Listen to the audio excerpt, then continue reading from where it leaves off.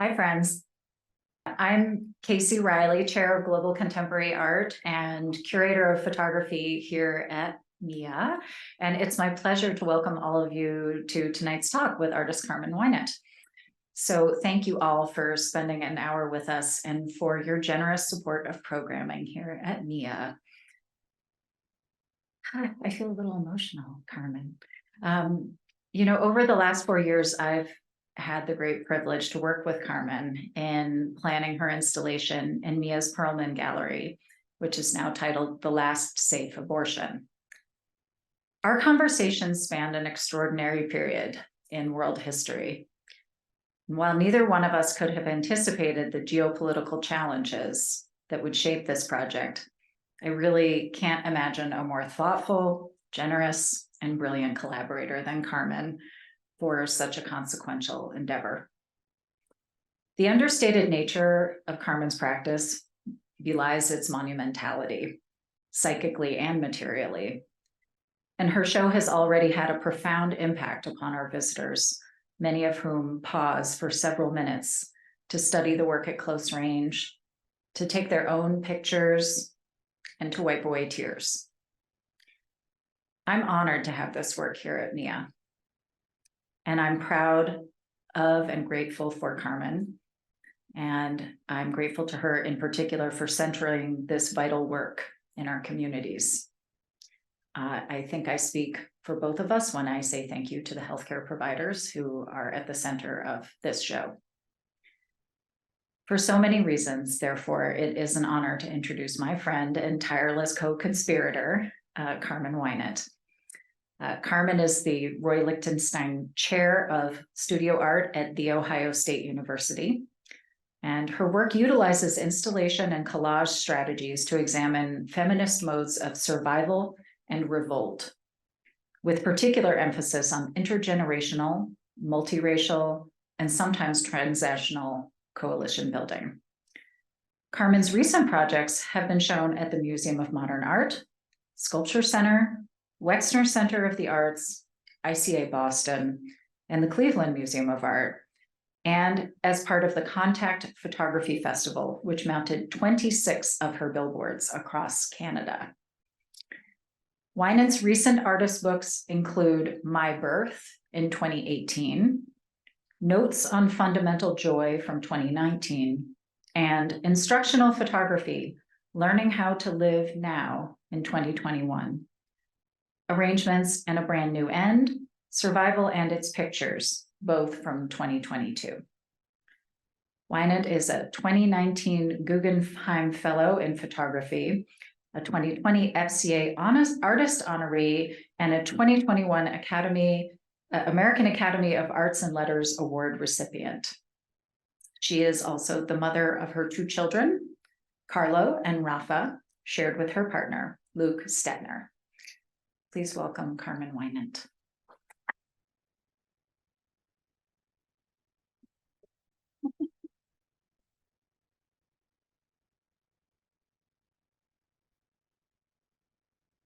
Okay, thank you so much for that, Casey. Thank you all for coming here tonight.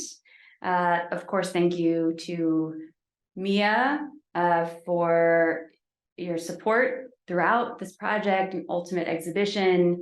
And most of all, thank you to Emily, Joe, and Casey for their support and shared commitment.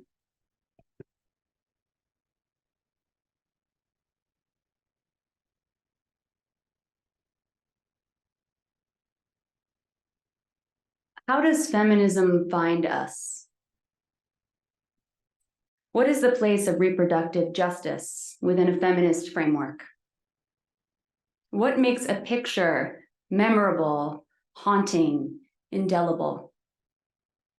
What role, if any, does visuality play in the feminist struggle? In what ways is feminist coalition building the site of struggle and joyfulness at once and necessarily? What is a living archive? Why does archiving matter? Why does looking matter? As a preteen, I first encountered Our Bodies, Ourselves on my parents' bookshelf. It was an older softcover edition, at once bulky and light.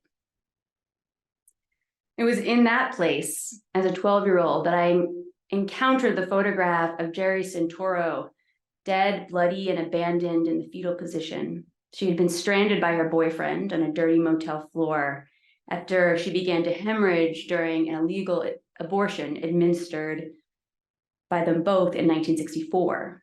The picture, which shows Santoro from behind, with visible bruises and surrounded by blood-soaked towels, was printed in every edition of Our Bodies, Ourselves until 2005. As a young person, this image imprinted on me in a way that only pictures can. As with so many women who sought and seek abortion, she was already a mother. I elect to redact this photograph, though it can be easily sought out and should be with care. Sometimes I'm asked where and how my feminism started. Sarah Ahmed put it best in her introduction to Living a Feminist Life, quote, "Feminism needs to be everywhere because feminism is not everywhere." Where is feminism? It's a good question. We can ask ourselves, where did we find feminism, or where did feminism find us? A story always starts before it can be told. When did feminism become a word that not only spoke to you, but spoke you? Spoke of your existence, spoke you into existence. When did the sound of the word feminism become your sound? What did it mean? What does it do to hold on to feminism, to fight under its name, to feel its ups and downs, its comings and goings as your ups and downs, your comings and goings? For Ahmed and for me, feminism is an animating force rather than an idea or an academic framework. She encountered feminism as a girl, was spoken through it, owing to encounters with her auntie, who gently challenged her not to default to the he position in her poems. It is a reminder that feminism does not belong to the academy, but lives in our homes, between family members, and as Ahmed would say, in our bodies and between our bodies. In Feminism is for Everybody, Passionate Politics, bell hooks work to reclaim and rename the clear definitions of political feminism, particularly in relation to abortion. She wrote, quote, "Lifestyle feminism ushered in the notion that there could be as many versions of feminism as there were women. Suddenly the politics was being slowly removed from the feminism. And the assumption veiled that no matter what a woman's politics, she could be a conservative or a liberal, that she too could fit feminism into her existing lifestyle. This way of thinking has made feminism more acceptable because its underlying assumption is that women can be feminists without fundamentally challenging and changing themselves and the culture." For example, continued Hooks, let's take the issue of abortion. If feminism is a movement to end sexist oppression, and depriving females of reproductive rights is a form of sexist oppression, then one cannot be anti-choice and be a feminist. A woman can insist that she would never choose to have an abortion while affirming her support of the right of women to choose and still be an advocate of feminist politics. She cannot be anti-abortion and be an advocate of feminism. In 2018, I made an artwork called My Birth for a group exhibition at MoMA curated by Lucy Gallen. It was about many things: feminist healthcare networks, the value of photographs to disseminate information about our bodies, and thereby build a social movement, the omissions and exclusions from that same project, and perhaps most of all, about making birth and birth work visible and worthy of creative and intellectual inquiry within such a paternalistic and colonial institution as the museum. The last safe abortion is alloyed to My Birth. Most simply put, the right to be pregnant has everything to do with the right to be unpregnant. I was asked by an interviewer if I found it ironic that I should use the opportunity of my first solo museum project to make a show on abortion. considering that my most visible artwork is about childbirth. As if those experiences are inverse, as if they are not the same subject. I told him that I didn't find it ironic, but imperative.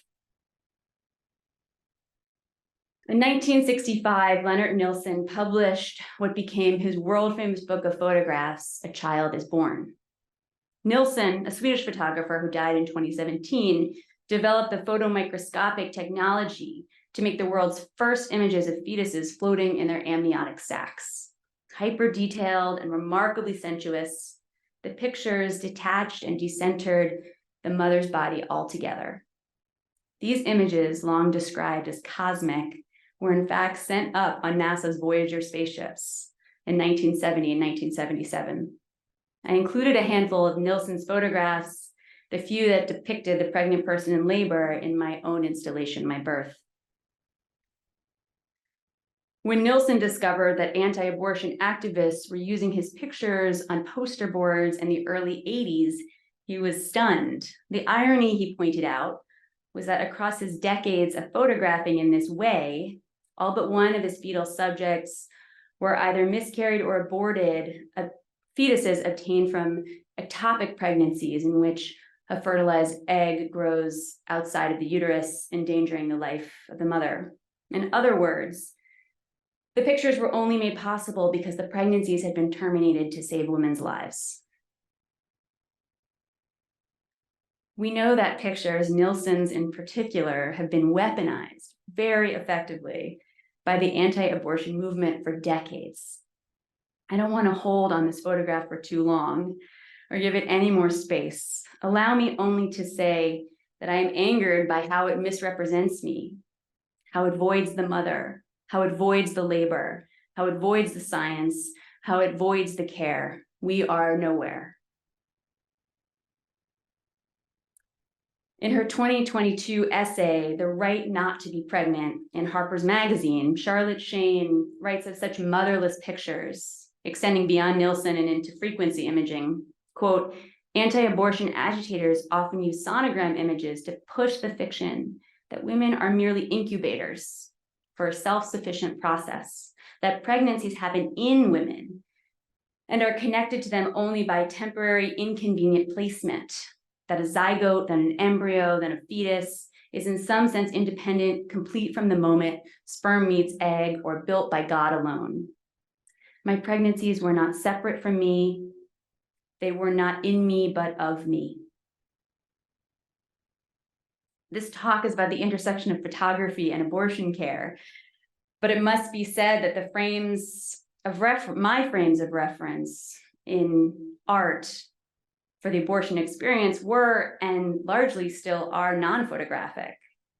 I'm returned in perpetuity to painters like Paula Rigo, Juanita McNeely, Frida Kahlo, and writers like Marge Piercy, who for the most part depict narratives of fear and indignant rage in their work on this subject. Rigo famously created 10 large abortion series paintings in 1998, the year of the Portuguese referendum debate on abortion in her country. The works, each of which picture a figure in a backstreet abortion clinic, many of them on single beds or improvised operating tables, are dark, confined, and dank feeling. I'm so grateful for all of these artists who are unflinching. They have made a world for me. And yet it was my hope from the beginning to establish a different kind of visual vocabulary around abortion, one that reflects my experience 2 generations later, having been born into and grown up inside an abortion-safe world, one that does not center trauma, but rather normalizes this work as unsensational and unthreatening. This is one of a series of photographs made by My Abortion Network, a clinician-led organization, of early pregnancy tissue and uterine lining removed via aspiration procedures, which is gentle suction, during the first 5 weeks of pregnancy. The clinicians wrote of their experiences with medical residents, fellows, and students, quote, when we examine the tissue after a procedure, everyone is consistently surprised. They expect to see an embryo, a fetus, or at least some body parts. They describe their students' experience as underwhelmed. Photography has been wielded so strategically and for so long as an ideological tool in anti-abortion work that even doctors were caught off guard by the conflict between what they saw in their microscopes and their cultural imaginations. Though also devoid of people, this is one way that the pro-choice movement can turn towards photography as a tool in the struggle. Pictures are powerful in this way. Like biofeedback, they can change our minds about our bodies. In 2018, long before the Dobbs v. Jackson's Women's Health Organization decision was leaked, but decades into the slow and steady assault on abortion access, I began thinking about making a project that centered the question of visuality vis-a-vis abortion. Ahmed writes, "When you expose a problem, you pose a problem." What would photographic representation look like in relationship to abortion care? How might we consider using pictures as a tool in the movement? I began, as I often do, by becoming acquainted with the living history around me. I began in Ohio, where I live, visiting the special collections at Cleveland State University. CSU holds thousands of images in their Women's Space papers, which was a 20-year collective that centered reproductive agency and support work in addition to aiding women and other marginalized folks who were subject to domestic violence. I also began to make regular trips to Preterm, also in Cleveland, a patient-centered abortion clinic that's been operational since 1974. There, I would set up my scanner and slowly move through hundreds, if not thousands, of largely 4x6 prints, a different kind of archive. The work expanded, inclusive of abortion clinics and university special collections. I researched in the Education for Freedom of Choice collection at the Western Reserve Historical Society, the Social Welfare History Archives at the University of Minnesota Libraries, at the Red River Clinic in Moorhead, Minnesota, and Stanton, Kentucky, the Whole Women's Health Clinic here in Bloomington, as well as the recently closed Whole Women's Health Clinic in Indianapolis. Two Planned Parenthood RNs from Nebraska, Sadie and Ashley, shared their personal images with me. I discovered the collections at the Chicago History Museum and the Sophia Smith Collection at Smith College. Archive work can bloom in this way, one reference leading to another, one person or clinic recommending another.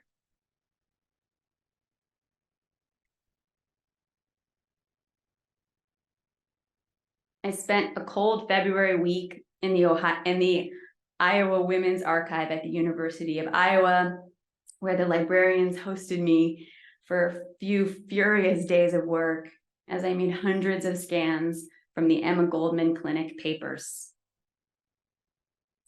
Here you can see the Cardiff material that I requested. It's really hard to make photographs dynamic of doing these kinds of research, or rather to reflect the dynamism that one actually feels in these spaces. This is my scanning station where I worked from the moment the library opened to the moment it closed every day. A detail of a box from within the larger folder, which was, as you can see, designed to hold 4x6 prints. And the blue scraps of paper are a kind of makeshift system that I designed to keep track of the images that I wanted to scan in which order. I'm going to run through a handful of images from this particular archive. These are reference images that are made on my phone at the time. I make images on my phone sort of concurrent with the material that I'm scanning.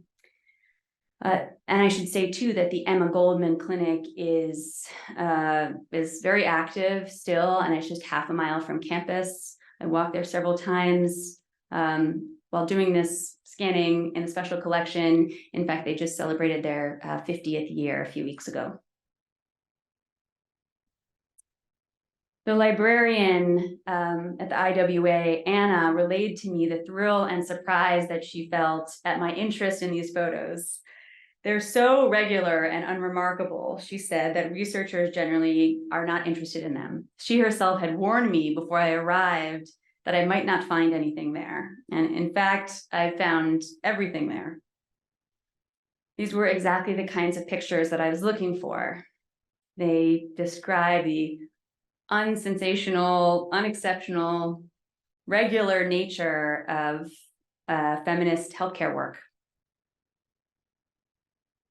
They were loaded up with information about what clinics look like, how operations run, how the word gets out, and who makes it all happen. And they were full of care. At the same time that I was collecting from existing archives, both from clinics and special collections, I began to summon the courage to make my own pictures. I am not an abortion care worker, and I very much consider myself to be an outsider here. I felt nervous to make something that would be my work as a sort of extension of myself, to make that otherwise central in the project. Casey, who's the wonderful curator on this project, challenged me to include my own photographs as a way to name my interconnected presence in and as the maker of this work. I made pictures on film with my partner's 35mm camera and worked to integrate my pictures, and did so, I should say, to sort of integrate the pictures into the existing archival ones, which were likewise made on 35mm film. It was important for me, increasingly important, to have contemporary photographs to indicate that this history leads right up to our present moment, and of course into our present futures, and that this work and this struggle is not ossified, but very much alive and ongoing. So I'm trained in photography and I teach college level courses in it. It had been a long time since I had made pictures for work. Well over a decade, if not a decade and a half. A few of these, I don't think any of these folks I'm looking out over who is here were able to make it. Is anybody here from Home Women's Health? Oh, yay!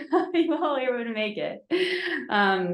Thank you for coming through earlier for the tour, and thank you again for your work and participation in this project.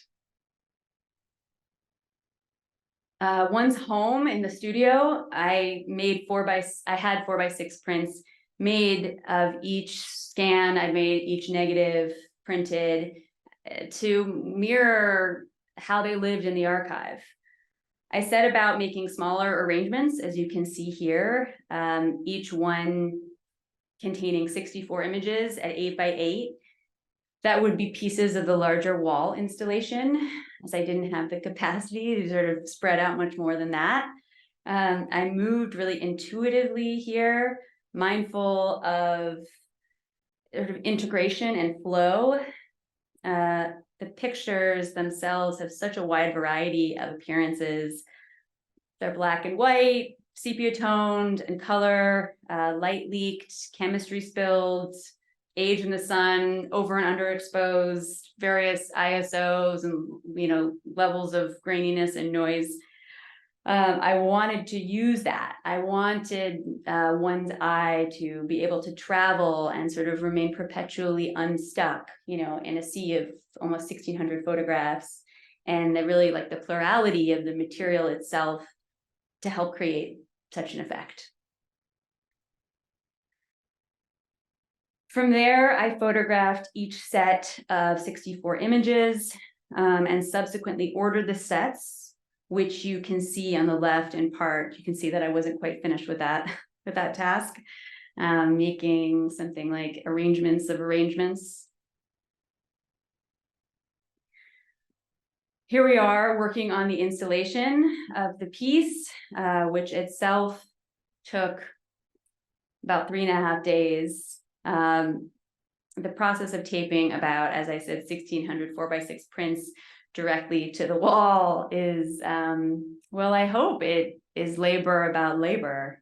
I'm really eternally grateful to the team who helped me with this task: Bill, Tony, Adam, Megan, and Craig. Among other things, they made thousands of blue tape rolls. For 4 days, there was somebody working to make blue tape rolls, if not multiple people. This is the final iteration of that work, seen here on the right, which, you know, is upstairs from where we sit. I knew that I also wanted to create a place that held photographs that I made of abortion care workers exclusively. While some of these pictures are integrated into this larger wall work, I didn't want them to get lost or sort of be swallowed up. I wanted to give them their own platform and their own expanse. And it was such a pleasure today to be able to walk you all through that work in particular. This was an early studio attempt, working to lay them out with the butcher paper standing in for corkboard. As you can probably tell, I think about process as being work, and centralize it, you know, whenever I get the opportunity. So then I worked to recreate a design of a smaller bulletin board I had seen in a clinic, but didn't have a photograph of. So I worked to recreate it from memory. In doing this kind of work, I should say, I mean, I'm obviously gathering photographs, hundreds, if not thousands of photographs, but I also work to pay attention to the display systems that are used to contain, maintain, and present those same photographs. I'll get into that a little bit more in a bit. Here's the work. As you can see, it's moving along, not quite yet resolved. I maintained runs of pictures in sort of suites of pictures on the same subject, same person, the same act, these sort of mini sequences, as a way to point to these extended small moments, time passing, these sort of recurrent tasks that occupy a day.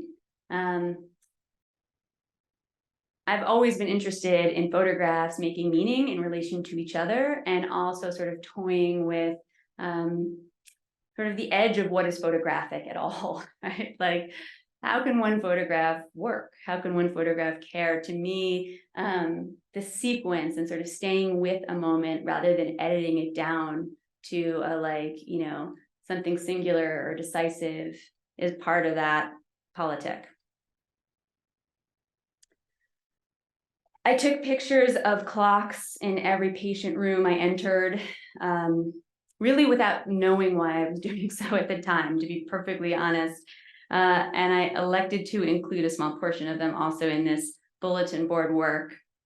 They stand in for me as lots of things. I mean, markers of mandatory waiting periods, of the workday passing, of the limited time that we may have left to access such legal and safe services. And this is the ultimate iteration of the work upstairs.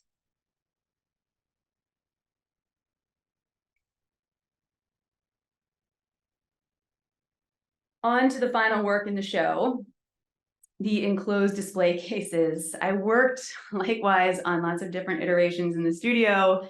This was an early, quite early version, directly on the wall, demarcated with tape. I use tape as my primary medium. So I demarcated with tape here for sort of my own initial purposes.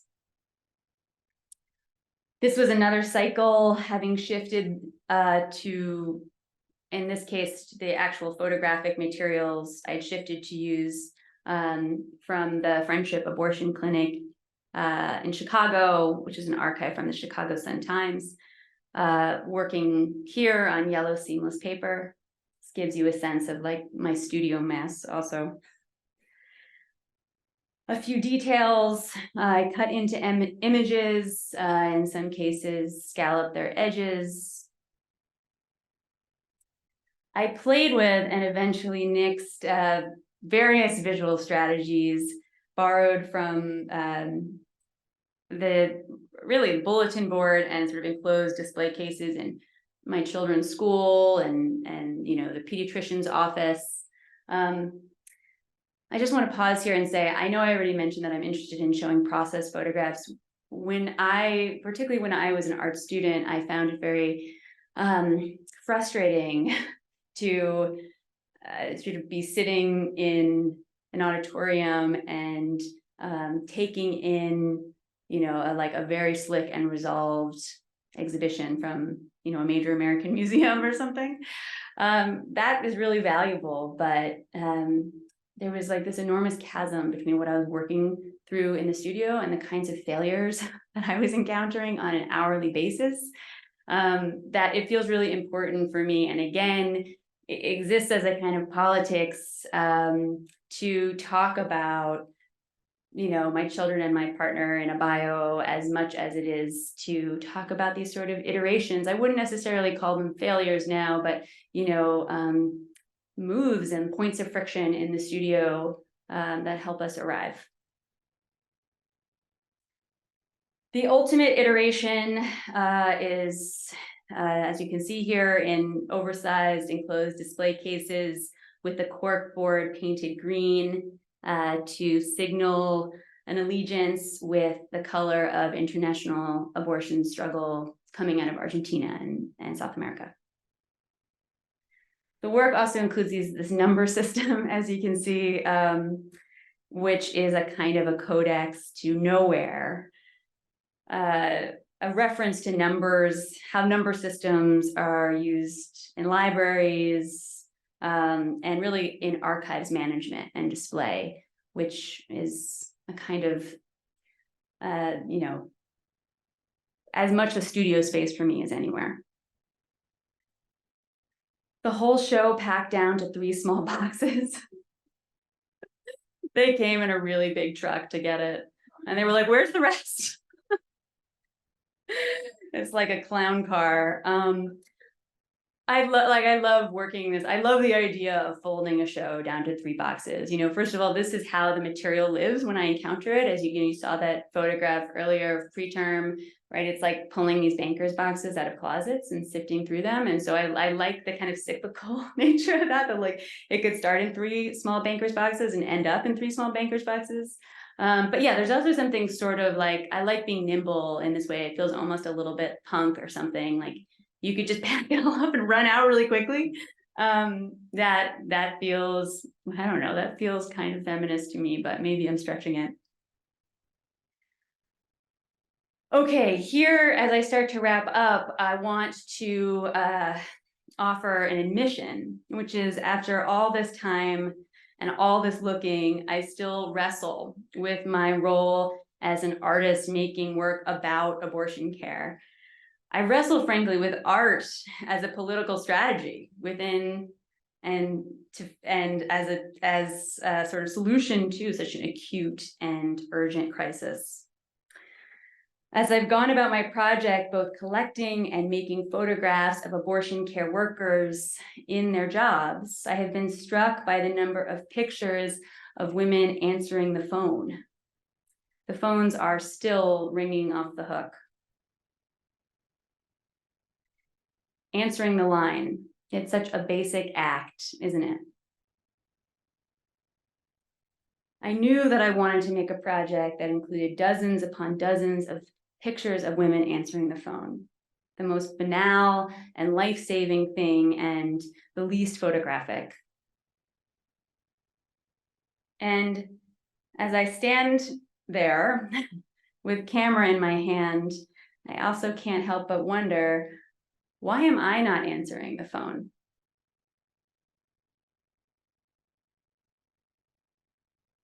The great gift of working on this project has been coming into contact with the people, mostly women, who do this work.